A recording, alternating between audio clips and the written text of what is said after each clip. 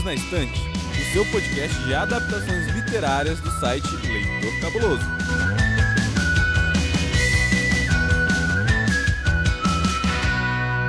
Olá, ouvinte! Você acaba de chegar ao seu encontro semanal para falarmos sobre livros, séries, filmes e muito mais. Para essa conversa de hoje, onde a gente encerra o nosso arco de histórias curtas de ficção científica, estou aqui com ele, o responsável por eu ter assistido esse filme pela primeira vez, aquele homem que foge do Perdidos na Estante, mas sempre volta, o Sr. Basso. Nossa, eu fujo, eu fui deixado na geladeira por meses, e só agora eu retornei, porque tá nesse calor, você nem galeza e você me tirou de lá na geladeira. Mas pelo menos voltou em boa hora. Bem, aqui comigo está aquele que, se você quer saber se eu gostei de um livro ou não, é só perguntar pra ele se ele não gostou, Sr. Paulo Vinícius. Olá, gente. Hoje é dia de filme, né? Hoje é dia de Tom Cruise. Tom Cruise está entre nós, em suas inúmeras piruetas, em seus inúmeros momentos de ação, em suas poses dramáticas e em seus romances inesquecíveis. Então, hoje é dia de relatório minoritário. E Camila, o que você acha de falarmos sobre Tom Cruise nessa semana? Eu acho que é uma correria, né? Porque, sabe, o filme Tom Cruise corre que só. E, Domenico Mendes, o que é que você acha deste filme maravilhoso das antigas? Cara, eu acho que o Tom Cruise corre bonito, né? É só isso mesmo. Sacanagem. Por mim, eu ganhei o episódio aqui. E caso você que está nos ouvindo ainda não esteja entendendo muito bem, sim, hoje a gente continua sobre aquele tema que a gente falou semana passada. Então o papo é filme da Netflix, pelo menos hoje que nós gravamos esse filme, o filme está na Netflix. Então dá lá um play no seu streaming, pega a sua pipoca, porque o tema é relatório minoritário. E assistente, por favor, conta pra gente algumas curiosidades e dados técnicos de lançamento do filme. Pra quem ainda não conhece essa obra-prima, ou nem tanto assim, a gente vai descobrir nesse episódio se vale a pena assistir ou não, mas fala aí pra gente de onde o filme veio e pra onde vai. A adaptação cinematográfica do conto Relatório Minoritário veio para o Brasil como Minority Report, a nova lei. Com direção de Steven Spielberg e roteiro de Scott Frank e Joe Cohen, o filme, custando 102 milhões de dólares, arrecadou mais de 358 milhões. Contando no elenco com Tom Cruise como John Atherton, Max von Sydow como Lamar Burgess, Samantha Morton como Agatha e Colin Farrell como Daniel Whitwer. Minority Report recebeu da Academia de Filmes de Ficção Científica, Fantasia e Horror de 2003 os prêmios de Melhor Filme de Ficção Científica, Melhor Atriz Coadjuvante para Samantha Morton e de Melhor Roteiro. Você encontra o filme nos principais sistemas de streaming. Assista por eles e evite que a polícia pré-crime venha até você.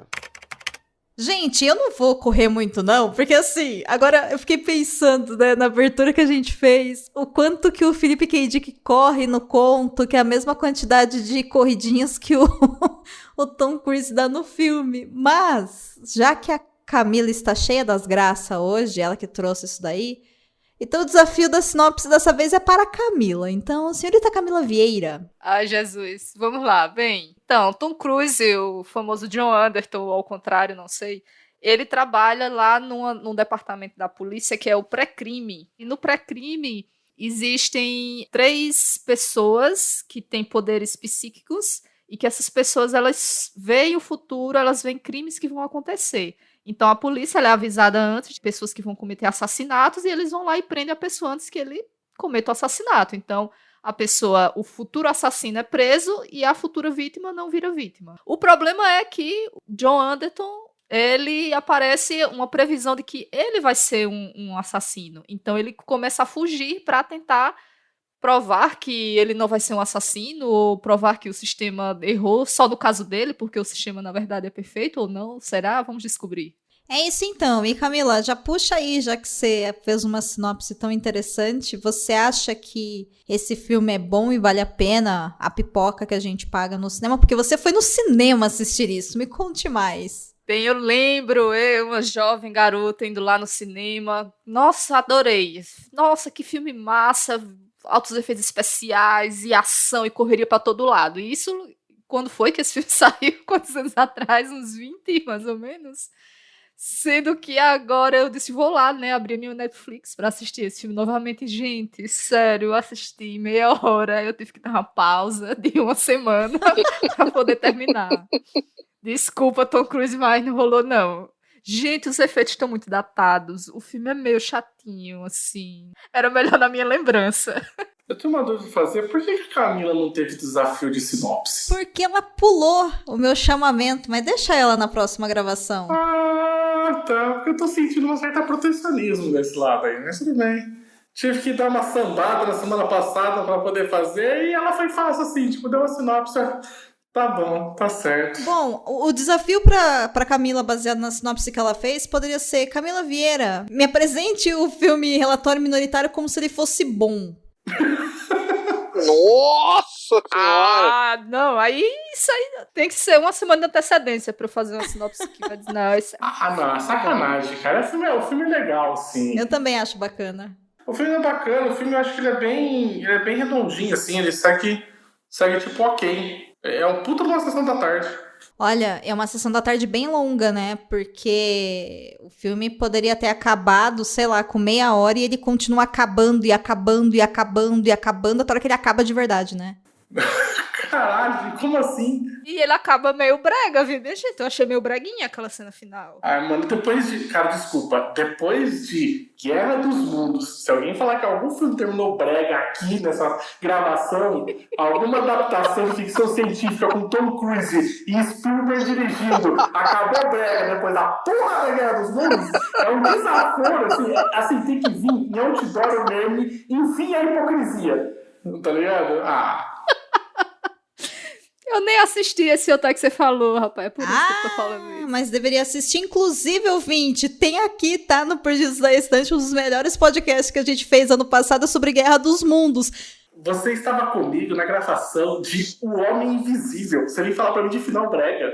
É verdade, E O Homem Sem Sombra? Você tem coragem de vir falar que Minority Report tem final brega depois de O Homem Sem Sombra? Polêmicas. Bom, já deu pra perceber que a Camila recomenda que você assista, mas não que você reassista, né? É isso. É por aí. É assim, é tipo isso aí. Melhor não melhor não insistir muito.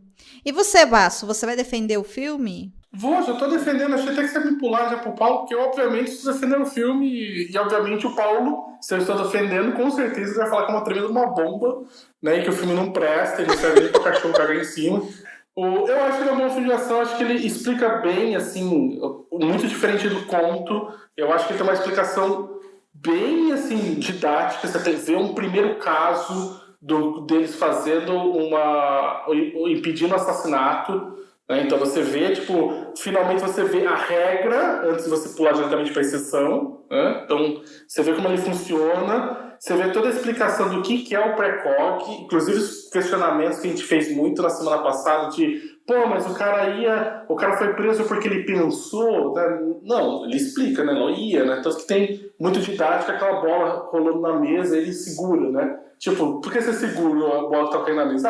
Ela ia cair, mas ela não caiu. Mas ela ia cair com certeza. Então, é igual a nossa previsão aqui, quer dizer, ele é bem didático, bem lúdico, te explica certinho para quando vem a exceção, quando vem a grande reviravolta que é, e agora você foi o acusado, você entende, você tá bem estabelecido naquele mundo pra você entender o porquê que o cara, quando pega o nome dele e olha, fica tão desesperado, né? Aí você entende certinho o que é, sabe? Não é um abracadabra igual foi ali, né? Então eu acho que aí tem a corrida toda, né? Tom Cruise correndo, né? Lindamente. Meu Deus do céu, como que o homem corre, né? Corre muito. Puta que pariu, corre. Corre o filme inteiro. Puta Corre que pariu, cara. Corre pra cacete. Nossa senhora. E aí, eu gosto, cara. Eu gosto. Eu acho que ele tem... Indo já sem falar o que é, mas eu acho que a resolução dele, eu acho ela bem mais simples do que a resolução que você tem no livro. No livro tem um grande questionamento, né? Como a gente falou no episódio passado, né, sobre várias coisas, pra não dar spoiler pra ninguém, mas tem vários questionamentos ali que você fica até meio quem ganhou, quem que era o mocinho, quem que era o bandido, né? E nesse daqui não, ela é bem, tipo, tem o mocinho, tem o bandido, o mocinho pega o bandido no final, sabe? Tipo, é bem maniqueísta, sabe? Simples assim, mas eu acho ele bom. O lance, gente, pra você que tá falando, mas agora eu sei o final. Então, mas você não sabe quem é o mocinho e quem é o bandido até o final, tá? Então, pode ficar de boa, isso não é spoiler, não. Um dos dois vai ganhar. O que perdeu era o bandido. É só isso que a gente fala. Assim como na vida, né? Tipo, a história dos vencedores, que é escrito pros vencedores, né? Se você perdeu, a história é sua. Mas isso não quer dizer que você é o bandido, né? A história oficial normalmente é escrita por... Enfim. Verdade, Paulo! Por exemplo, ruim. Ô, Paulo. Vai, Paulo. Reclama da opinião do Baço, Paulo. Não, só uma curiosidade mórbida sobre essa história de Tom Cruise gostar de correr. Teve uma entrevista recente da menina que fez o par romântico, o antagonista do filme da Múmia. Ela falou um negócio, eu fiquei espantado. O Tom Cruise, ele tem uma superstição, ele não gosta que ninguém corra na frente dele. Ele precisa considerar a pessoa digna de correr na frente dele. Tanto que você pode pegar os filmes dele e não tem atores que correm na frente dele. Só essa menina do filme da Múmia correu na frente dele. Olha essa galera da cientologia, viu? Essa galera da cientologia é muito estranha, cara. Vamos falar de Relatório Minoritário. Então, é um bom filme de Hollywood, né? É um filme que tem muita ação, muitos carros voando, né? Muitos momentos de tiroteio. Eu gostei de como que o diretor, ele pegou lá e adaptou de uma forma mais palatável o roteiro do Philip K. Dick. Mas eu continuo achando que o filme não é muito legal. Bem datado, é um filme que tem algumas soluções tiradas da cartola, mas enfim, é o que a gente tem pra hoje, né? E assim, eu só acho o filme longo demais. Eu vou querer que depois, na parte desse programa, que você me fale exatamente quais são as partes que foram tiradas da cartola e discutir, porque na última gravação, quem escutou o episódio passado viu que o Paulo fica tudo cheio de contradição. Ele fala que é simples, complexo, né? É um negócio fácil, difícil, né? Tipo... Uma coisa é a ideia, outra coisa é como que você vai pegar e executar a ideia. E eu acho que efeito o especial datado não é critério para avaliar filme. É verdade. Não é nem questão do defeito especial, que se fosse assim, De Volta pro Futuro seria uma bosta, né? Se a gente fosse levar de efeitos especiais ruins, né? Mas a questão não é essa. Eu acho que o filme ele não envelheceu bem. Eu não sei não, aí eu já discordo. Se você for pegar e comparar com outros filmes de ficção científica, principalmente do Tom Cruise, né? Vai falar que Guerra dos Mundos envelheceu melhor, Paulo? Não, a gente não tá falando de... Isso aí não é isso é covardia. Por quê? Isso é covardia, você querer comparar com Guerra dos Mundos. Por que você gaguejou? É covardia. Que gaguejada foi essa aí? Que gaguejada foi essa aí? Que isso, Guerra dos Mundos é sacanagem. Não, você falou que comparando a outros filmes de ficção científica com Tom Cruise, esse não envelheceu também. Que outros filmes de ficção científica com Tom Cruise a gente tem além de Guerra dos Mundos? Tem aquele que ele morre uma cacetada de vezes. Eu esqueci o nome daquele filme. Limite do Amanhã? Isso. Esse é melhorzinho. Mas, porra, esse tem menos de 10 anos. Então. Não, esse tem 20 que a gente tá falando. Ele é mais novo. Ele não vai envelhecer mal, tá ligado? Nem deu tempo ainda de envelhecer o filme, né? Uhum. Não. Tá, vamos lá. A Múmia é pior do que ele. A Múmia é mais novo. A Múmia é pior do que Minority Report. A Múmia também é sacanagem porque nunca vão fazer uma nova Múmia melhor do que o original, sabe? Brandon Fraser, tipo, nunca será substituído. Não, é impossível. É completamente impossível. Não tem como. Nunca mais fez um filme decente, mas aquele ali é clássico. Olha, o Paulo, eu não sei por que ele tá nesse podcast, gente. Olha, eu peço desculpas. Você colocar uma coisa negativa em tudo que você fala, cara. Por quê? Porque... Sabe, tipo, você não mamou no peito o suficiente quando você era criança, né? É a única explicação. O Paulo é o nosso ranzinza. Quando o Cabuna não tá aqui, ele faz bem o papel de ficar reclamando de tudo, né? Como diz o Thiago, nossa, Paulo, que coração peludo, hein?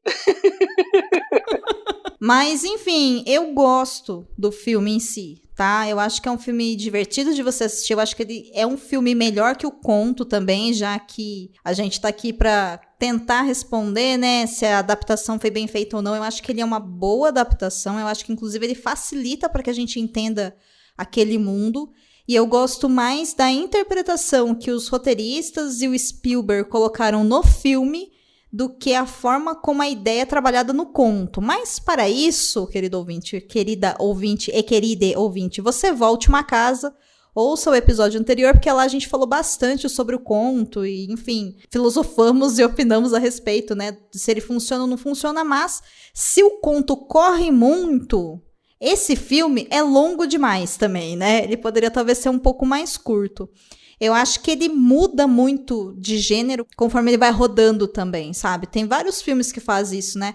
Inclusive, nesse arco, parece que o Paulo fez de propósito histórias curtas, cujos filmes começam para um lado e depois abrem 27 caminhos diferentes que você não viu chegando, porque é sobre outra coisa, né? Aconteceu isso nos 2 episódios anteriores, temas anteriores que a gente falou também, Paulo, você lembra? Uhum. Pois é, você fez de propósito, né, Paulo? Pois é, né? Não tem nem vergonha de falar isso. Até porque eu sofri também. Ah! Troços.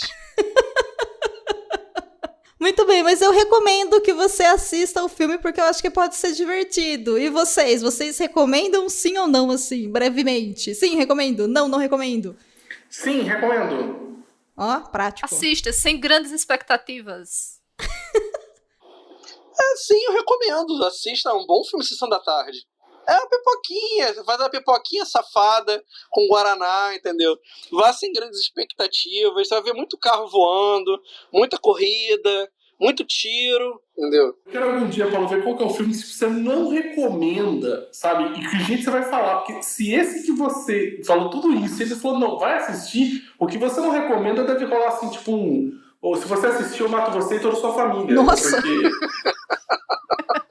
Se esse, o cara chegou e falou, não, foi uma bosta, não sei o que, mas deve ser, assista, tipo, porra, eu achei que você ia falar que não. Vai na fé, pô.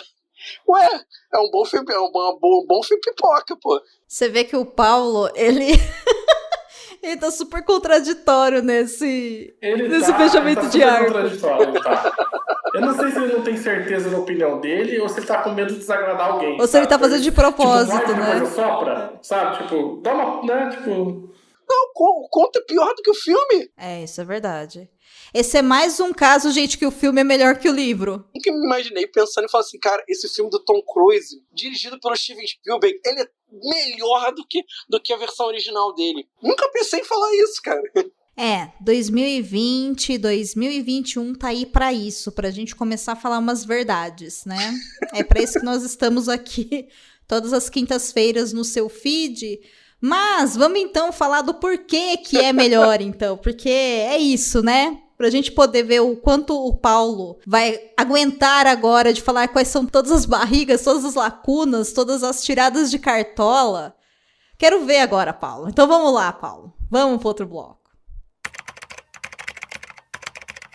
E se a gente se juntar e promover a maior participação de mulheres no podcast? E se a gente convidar alguém que nunca gravou com a gente antes? E se a gente convidar alguém que nunca gravou? Prepare o seu microfone e o seu programa. A campanha Hashtag o Podcast é Delas 2021 acontece em março e já estamos esperando por você. Inscreva o seu programa em opodcastadelas.com.br, contribua para a podosfera e ainda concorra a prêmios. Vai, Paulo. Que cartola, Paulo. Vamos, Paulo, fala. Que solução que fácil. Da cartola? Bom, tem várias paradas. Fala uma aí. Por exemplo, eu achei que ele poderia ter trabalhado melhor a questão do relacionamento dele com a esposa e a situação dele com o filho que morreu. E aí ele saca. Lá pra 1h40 do filme, a esposa aparece. Ela brota, assim, sabe? Brota a esposa.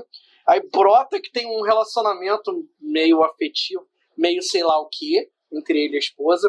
E aí a esposa rouba a cena. Ela se transforma num dos principais personagens na segunda metade do filme. Tá, ok. Tem não, mas peraí.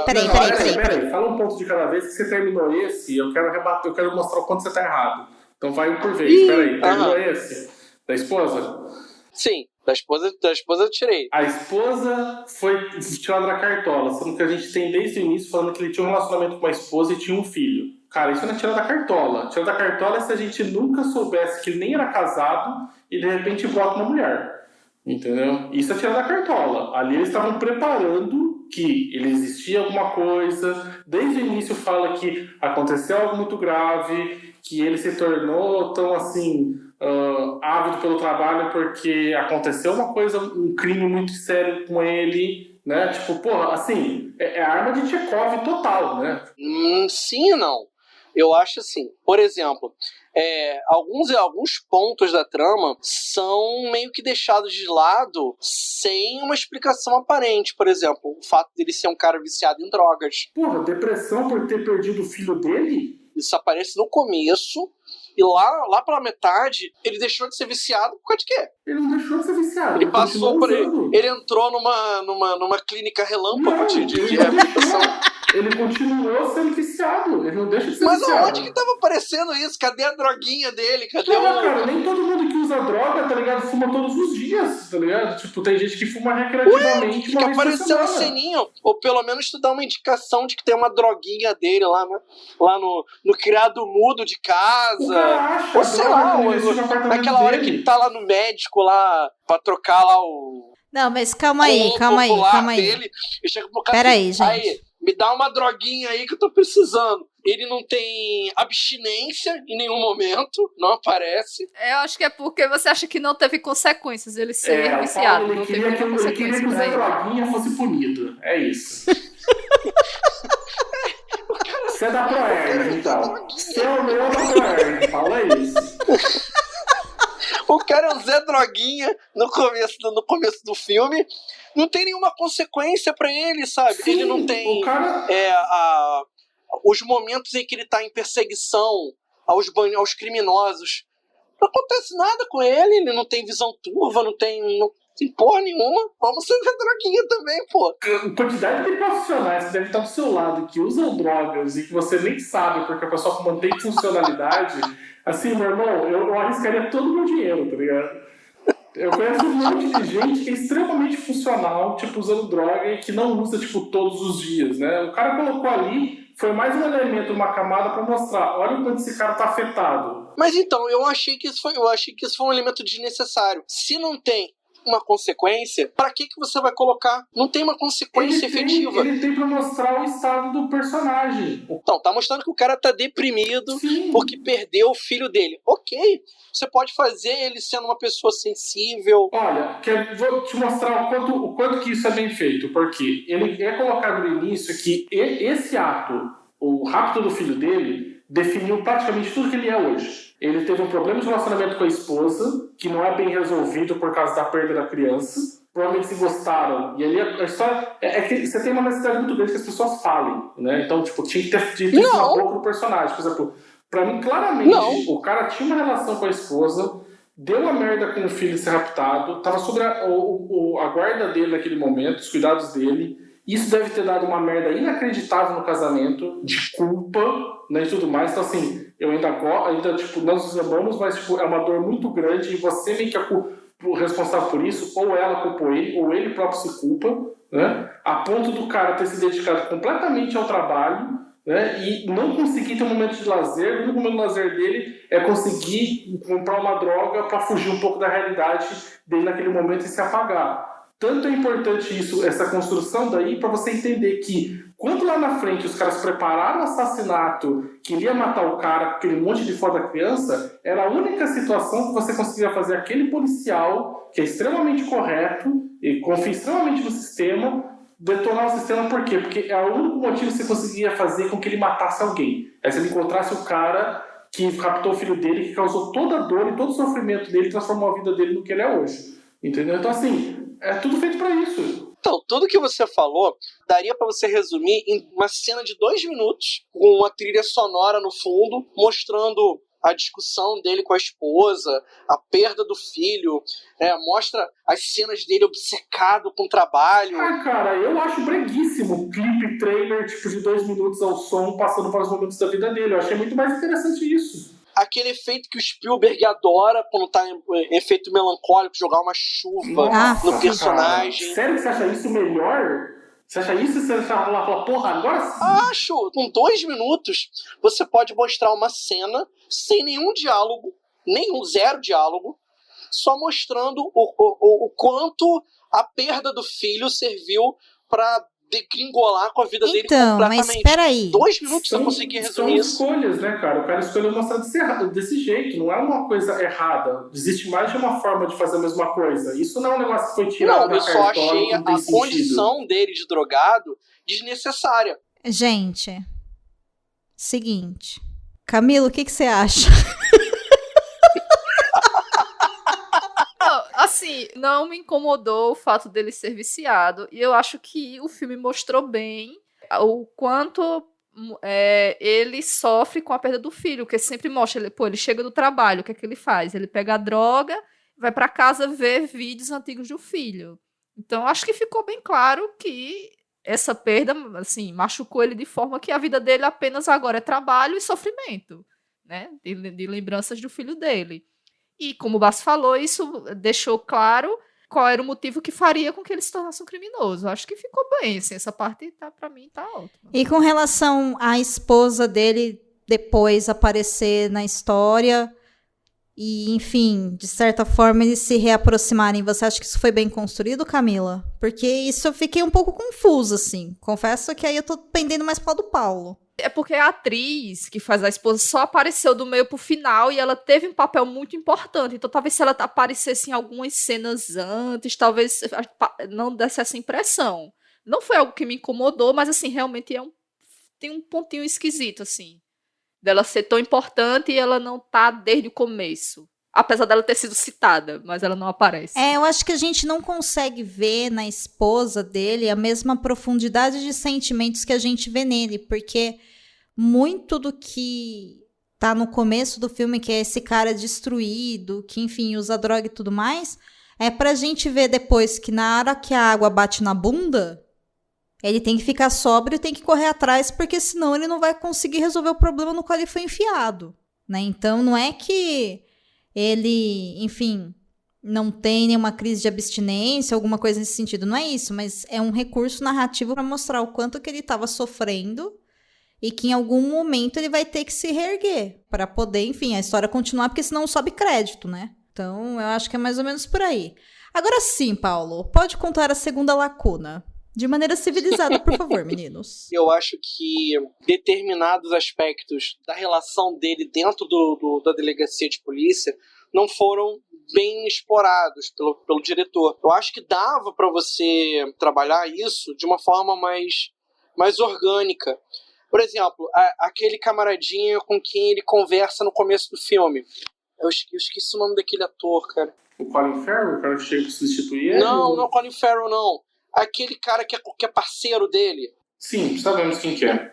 Então, enfim, dava pra explorar a relação dele com o parceiro dele e com o cara que toma, que é tipo o cara que toma conta lá das informações. Então você tem 2 personagens ali que servem pra mostrar o quanto o Tom Cruise ele se enfiou no trabalho dele. O fato deles estarem perseguindo o Tom Cruise depois, né, quando ele passa a ser acusado, né, de um crime que pode vir a acontecer no futuro, você percebe que tem uma ligação entre eles. Existe lá uma relação de amizade, mas ao mesmo tempo tem aquele conflito de ter que fazer, ter que encaminhar a justiça. Então você vê que os personagens eles têm esse conflito moral. Só que nenhuma das cenas assim explora essa relação que permite com que a gente, caraca, ele vai ter que enfrentar o parceiro dele. Que saco, né? Aquele cara ali é amigo dele, eles se conhecem, sei lá, há muito tempo, trabalham juntos. Não tem essa conexão. Fica descolado. Mas isso. você sabe por que eu acho que acontece isso, Paulo? Porque esse filme não é sobre o personagem do Tom Cruise, esse filme é sobre um sistema. Alguns momentos dá a impressão de que, não, é um filme em que a gente tá vendo um personagem que tá buscando a redenção dele, que está buscando tocar a vida dele em frente, e tem todo esse sistema dos determinados momentos dá essa confusão, né? Olha, eu não senti isso em nenhum momento. Eu não vi nenhuma lacuna aí, eu achei que foi... É engraçado porque você está reclamando agora do que você reclamou o contrário antes, que é que foi muito rápido, mostrou muito brevemente. Sim. Por exemplo, ele olhar e falar, e aí o seu joelho, né, fulano de tal, né? Tipo, ali já tem várias falas desse tipo que você vê. Ele conhece cada um desses caras e os caras, o quanto que eles hesitam em colocar aquele negócio na cabeça dele que paralisaria ele. Você vê, sabe, tipo, o quanto que eles estão ali, tipo, falando, porra, cara, você sabe como é que é, né? Tipo, tem que fazer isso. Quer dizer, pra mim toda a história tá contada ali. Tipo, esses caras são brothers, esses caras estão só cumprindo ordens, eles não querem fazer contra isso. E o Tom Cruise consegue sair porque ele conhece cada um, então ele sabe quem tem joelho ruim, quem quer canhoto, quem que mira mal, sabe? Pra mim toda a história tá contada ali nesses pequenos atos, assim, tipo, nessas hesitações, nesse, tipo, pô, você não sabe aterrissar direito, né? Falando até hoje com essa bota, né? Tudo ali tá mostrado, tipo, nisso, nesse clipezinho de 2 minutos da perseguição deles. Só não tinha chuva, né? Talvez faltou a chuva, Paulo, que você não gostou? Faltou a chuva batendo. Eu acho que faltou pelo menos 1 ou 2 cenas a mais. Mariana, o filme ia ficar com 3 horas. Dava pra ter feito um filme de 1h40 sem tantas coisas assim como que o Spielberg coloca no filme e que são mais decorativas do que propriamente úteis pra trama. É que eu acho que são muitas histórias sendo contadas. Vai, Camila. Você falou de cena decorativa. Tipo, teve muita cena de perseguição que dava pra ser cortada. Sim, tipo, ele pulando de um carro pra outro naquelas coisas. Aquela parte dele na fábrica de carro, que montaram o carro com ele dentro. Sim, concordo. Sim. Pra quê, assim, entendeu? Eu acho que ficou só... Aumentou tempo de tela e não acrescentou em muita coisa. Isso foi que acabou, assim, quando eu revi, que foi me tirando, sabe? Eu fiquei meio cansada. Com isso eu concordo. Eu acho que tem cenas de perseguição demais que não precisariam ter. Isso eu concordo. Assim como eu tenho um certo problema com o filme quando ele vai descobrir a verdade dos precogs naquela botânica, né? Que daí fala que quem na verdade manda tudo é a mulher. Tudo aquilo ali, quer dizer, meio que a ideia toda do porquê que existiam os 3 precogs e que foi tudo uma questão de escravizar aquelas pessoas através tipo, de experiências que eles foram fazendo para que eles conseguissem desenvolver, né? Tanto que eles falam que um dos caras lá foi diagnosticado logo cedo e foi desenvolvido mais para conseguir dele ser um pré-cog, quer dizer, é muito uma questão de intenção. E a moça lá falou que foi meio tipo, não, tipo, a gente tropeçou nisso porque eram os filhos de umas pessoas drogadas, aí, tipo, amiga do Paulo, né, da Proerge, né, que já veio aí falando, tipo, de pessoa drogada que, tipo, teve filho aí, a gente viu, Zé Droguinha, que de repente a gente viu que tinha uns poderes, sabe? Pareceu muito um acidente, né, tipo, a gente tropeçou nisso e de repente deu certo, né, e aí, o que de uma certa forma, eu entendo a ideia do diretor de ter colocado um pouco para ele continuar duvidando mais do sistema, tipo, o seu sistema não foi tão bem elaborado, tão bem pensado assim, ele é muito mais ao acaso do que uma coisa programada, né? No conto dá a entender que é muito bem programado tudo isso, e esse encontro com essa mulher meio que me tirou desse local, assim, sabe? Tipo, de falar, putz, cara, então, tipo, é tudo um grande acaso, que meio que ninguém sabe como é que fez, e nisso, talvez, acho que eu gosto um pouco do filme, que quando eles colocam o pré-cor como o templo, como colocar quase uma coisa meio que o Colin Farrell ainda fala, né, tipo, de ideia meio de espiritualidade ali, e eu olhei e falei, sim, combina com o conto, porque é meio nisso, né, você tem que acreditar, né, tipo, é uma caixa preta fechada, onde a gente fala que o relatório majoritário sai, não fala as discrepâncias nem nada, e você tem que acreditar nisso, né, então é quase uma religião. Isso foi uma interpretação que eu gostei. Agora, a cena inteira dessa mulher, falei, mano, que vontade de cortar tudo isso, sabe, do filme. O filme traz também essa questão dos precogs também serem vistos mais como humanos do que no conto, né? Que no conto eles eram deformados, né? Pessoas que não tinham nem como se comunicar, né? E quando ele tenta, enfim, por interesse próprio, ok, mas quando ele retira a menina pra acompanhar ele e tudo mais, ela volta a ficar lúcida. Então você percebe que ela também tá sendo usada pelo sistema para poder prevenir, porque eles poderiam tratar ela em vez de ficar, enfim, utilizando do sofrimento dela, né, injetado lá com mais drogas pro desespero do Paulo, para conseguir conhecer o futuro, né, para eles poderem prevenir. Então já começa a mostrar que até pro sistema, enfim, funcionar é preciso que minorias que têm algumas características específicas sejam escravizados, né, e colocados em prova o tempo todo para que esse sistema se mantenha. Eu acho que nisso o filme é bem interessante. Como você vê que é um governo fascista, né? Esse, né, que você já vê que onde a gente já viu já a fala, tipo, a minoria vai ter que se curvar pra maioria, né? Tipo... E sobre os vários finais, gente, vocês esperavam que aquilo lá ia começar? Porque assim, o filme começa com o Anderton, que é interpretado pelo Tom Cruise, descobrindo que ele vai cometer um crime, então ele tem que fugir antes que ele seja preso. Ele não quer saber que crime que ele vai cometer, ele só tem que fugir. Daí que começa ele a correr a 1000 por hora, que ele não para nunca mais.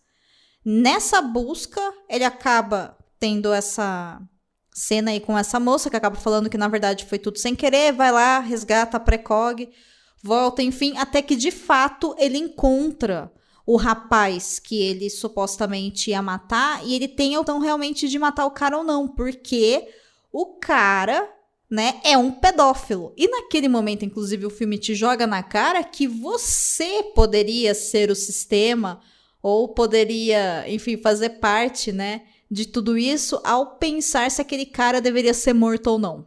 O cara, no caso, o pedófilo, né? Eu acho que é interessante a forma como eles colocam, porque a gente julga ali naquele momento. Só que, na verdade, nada daquilo é verdade, e a gente vai descobrir depois que existe uma coisa muito pior por trás disso. Por isso que eu falo, o filme, ele parece que ele tem vários finais possíveis. Ele poderia acabar ali, por exemplo, né, falando, mas tudo isso aqui foi armado porque o sistema, sei lá, precisa ser mantido, uma pegada meio do conto, mas ele encaminha a gente para outro lugar.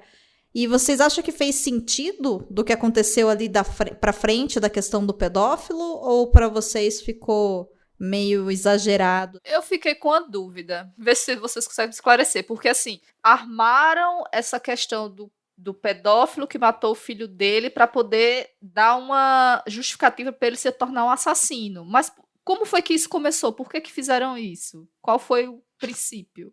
Nossa, é verdade. Agora que eu tô tentando me lembrar. Por que eu sei que ele fez isso porque ele precisava tirar o Tom Cruise da jogada, porque o Tom Cruise parece que de alguma forma descobrir que ele estava cometendo os crimes. Mas eu não me lembro como é que o Tom Cruise começou a suspeitar dele. Também não lembro. Pois é, eu não lembro também do porquê que ele... Porque assim, o cara lá... O fato dele ter armado porque ele era um criminoso, beleza, mas assim, por que ele armou pra o Tom Cruise? Qual foi o princípio disso tudo? Eu terminei o filme e digo, shit, peraí. Eu também tô tentando lembrar agora. De alguma forma o Tom Cruise estava próximo de descobrir isso. Agora me lembrei. Eles estavam sendo para ser colocados sob o microscópio para poder fazer aquela avaliação que o Inferno estava vindo lá para fazer. E aí, nesse medo dele ser descoberto, do assassinato que ele colocou, porque eles estavam sendo ali investigados, ele arma isso por Tom Cruise para tirar o dele da reta. Mas assim também, eu acho que foi um long shot. Olha, agora seria rever o filme de novo. Nossa, eu vi esse ano esse filme, mas é verdade, Camila, você tem razão. É confuso. Por isso que eu falo, ele tem vários finais. Tem um momento em que a Agatha mostra pro Tom Cruise... o assassinato da mãe dela, né? Ah, é verdade. Mas nem o Tom Cruise entendeu. Verdade, foi isso. Mas realmente aí é um furo, porque foi uma coisa muito, muito simples, né? Tipo, muito simples assim. Foi muito tênue para ele poder dar aquilo ali e pular para investigar o assassinato, né? Mas é verdade, ele vê tanto que eles falam que é o eco, né? Tipo, de um outro crime, né? Isso, que é sempre o mesmo que ela vê, né? E aí depois, no final, você descobre que, na verdade, não é um eco, é uma lembrança que ela tem. E aí, de novo, né? Eu acho que isso, o filme, de uma certa forma, se aproxima de novo do livro, porque ele se distanciou pra caramba da metade ali do 1/3 do filme, do segundo ato inteiro. E eu acho que ele volta para tratar aquela história do conto que a gente conversou, que existe uma falha no sistema que pode ser explorada por uma pessoa que está ali comandando o sistema, né? Então, de novo, né, você volta para a questão daí do conto, né, que talvez foi um resgate, né, mas ali, em vez de ser uma falha ali, tipo, realmente, tipo, de uma questão teórica, como foi colocada ali, de livre-arbítrio e tudo mais, foi colocado alguém que literalmente corrompeu o sistema, né? Se corrompeu e usou ele para causar um assassinato e se encobertar, né? E não ser preso. É um pouco mais complexo que isso, porque o cara que cria o sistema, na verdade, é o cara que cometeu o crime. Então ele tá o tempo todo ocultando o próprio crime, condenando outras pessoas por crimes que talvez elas venham a fazer, né? Mas na essência continua sendo uma falha humana, né? Tipo, continua sendo não uma falha do sistema em si, mas é uma pessoa que se aproveitou do sistema para causar alguma coisa. E aí também eu acho que o filme ele traz um questionamento interessante pra gente, que é com relação ao livre-arbítrio. E aí, nesse sentido, eu queria saber de vocês, assim, uma opinião pessoal agora. Vocês acham que se vocês passassem por esse sistema e vocês recebessem a informação de que vocês cometeriam um crime em algum momento da vida de vocês, isso poderia se tornar realidade? Porque o questionamento que fica é, isso é uma profecia autorrealizável, né? Então, assim, a gente tem opção de verdade de fazer isso ou não, ou a gente tem livre-arbítrio a partir do momento que a gente sabe? O que vocês acham disso? Questionamento, assim, bem de boas para um final de episódio. Pergunta básica essa daí, viu? Pergunta super tranquila. Ixi, sei não, Domênica. Isso aí é uma reflexão para a vida. Eu acho interessante como é que eles colocam essa questão, porque a premissa em si, de novo, né, podia ser muito melhor trabalhada também no filme, isso acho que não foi no livro, mas é um puto negócio foda, né? Tipo, eu acredito que o sistema realmente prevê que os assassinatos vão ser cometidos e eu peço eles. Aí, de repente, aparece você, né? Porra, mano, que sinuca de bico do caralho, tá ligado? Tipo, é sensacional, né? Tipo, a ideia toda, né? Eu acho que no filme, eles acabam perdendo um pouco a ideia do livre-arbítrio, porque o Tom Cruise foi decidido por ele, né? Não foi ele que decidiu no final, né? Armaram uma situação, tipo, uma situação impossível. Foi colocado com uma arma na mão, de frente com o cara, com um pedófilo que sequestrou seu filho, né? E abusou dele. Tipo, mano, quanta escolha foi dada ali naquele momento, né? Mas aí ele resiste, porque não é esse o final. O final é se ele vai matar o cara que matou a mãe da Agatha ou não. Uhum. Viu como o filme tem 1 milhão de finais? Ei, você quer encontrar um mundo secreto de adaptações literárias? Sim, mas onde? Perdidos na estante. Muito bem, então, senhoras e senhores. Senhor Paulo Vinícius, de 1 a 5 selos cabulosos, qual a sua nota para o filme Minority Report? Bom, seguindo o meu raciocínio de que o filme é melhor do que o conto, eu vou dar 3 selos cabulosos, né? É divertido, tem seus momentos de ação, tem o Tom Cruise correndo pra lá e pra cá, e é isso. Não vai muito além disso, não. Camila, e as suas notas, quais são? Bem, minha nota para o filme é 3 selos cabulosos, porque ele adapta bem o conto, na verdade ele melhora o conto, mas é um filme, não é essas coisas todas, sabe assim, é um filme de ação ok, então 3 selos. E você, senhor Basso? Eu não sei, injusto, eu vou dar 4 selos cabulosos pelo filme, porque eu acho ele bacana, acho ele legal, acho que ele cumpre o papel, até uma barriga ali da mulher maluca botânica que vive no meio do mato, né, e que fala que que tropeçou nos pré-cog, mas tirando isso, eu acho que ele é interessante, sim, e eu acho que ele poderia talvez ter uma discussão melhor, principalmente quando a gente tentou fazer aqui sobre livre-arbítrio e tudo mais, do que teve no conto, né? Que o conto também não conseguiu executar essa ideia direito, na minha opinião. Ele é mais um ponto que está mal colocado, mas assim, ainda assim, bem melhor colocado ainda do que foi o livro, né? Eu acho que eu concordo com a Domênica que falou no início, que é um dos poucos casos que eu acho que a adaptação é melhor do que a obra original, né?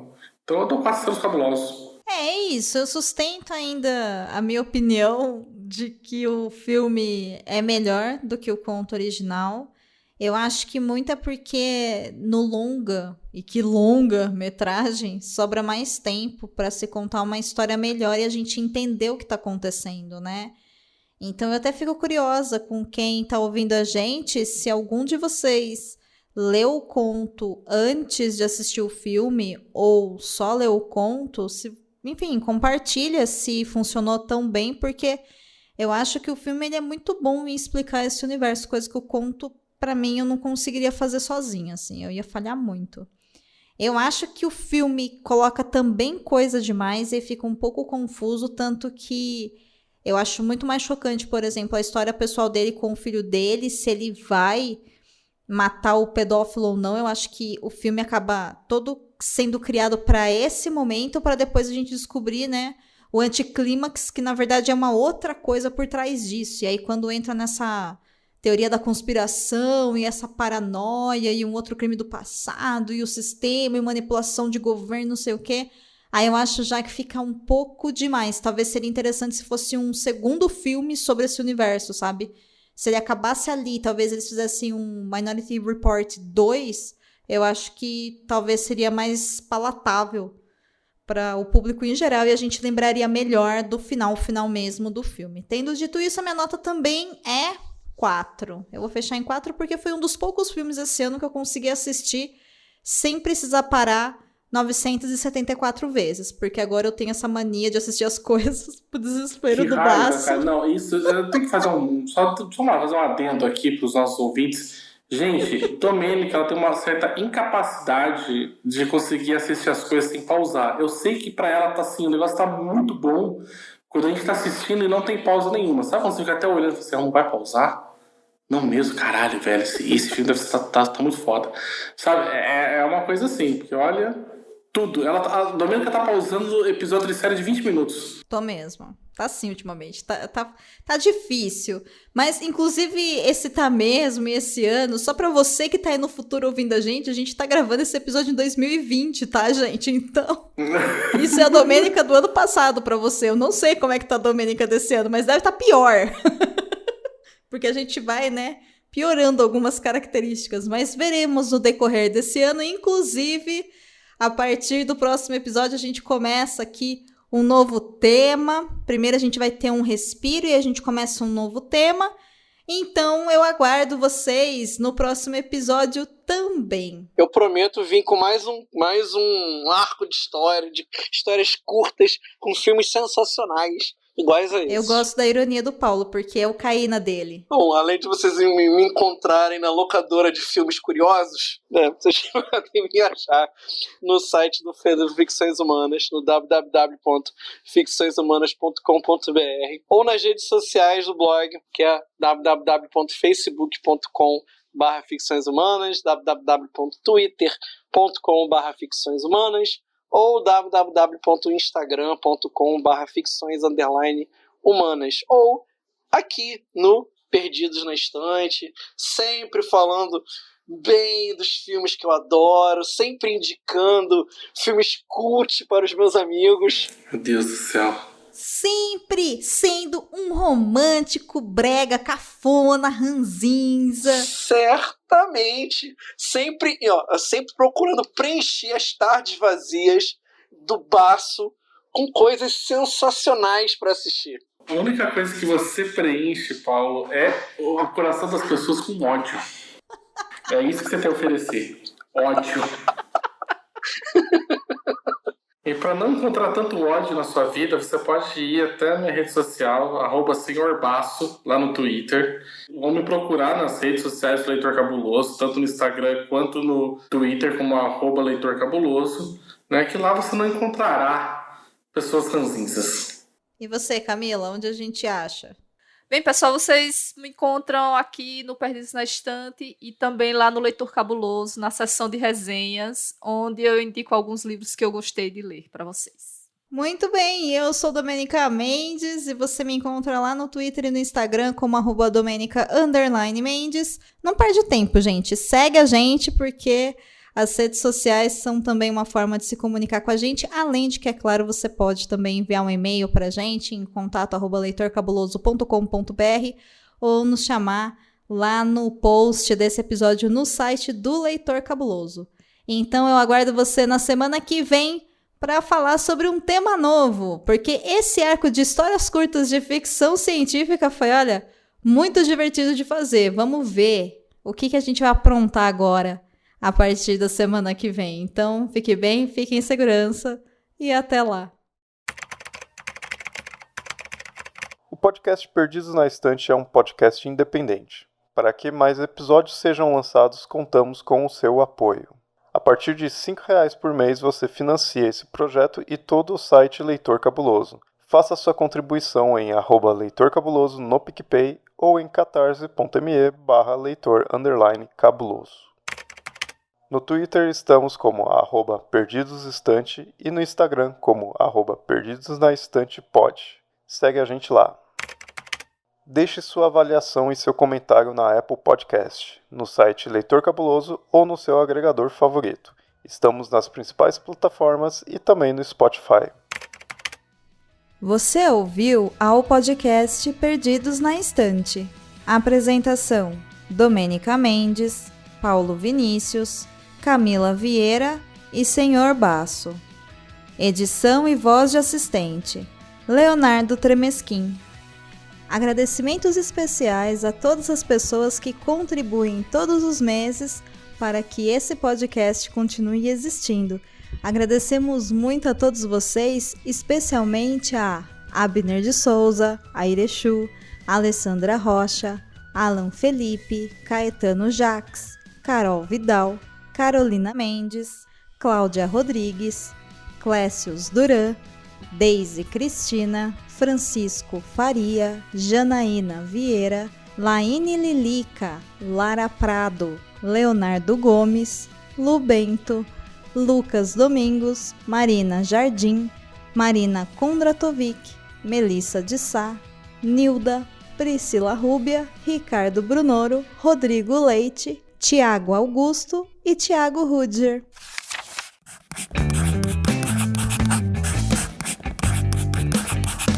Esse podcast faz parte do site Leitor Cabuloso. Conheça nossos conteúdos em www.leitorcabuloso.com.br.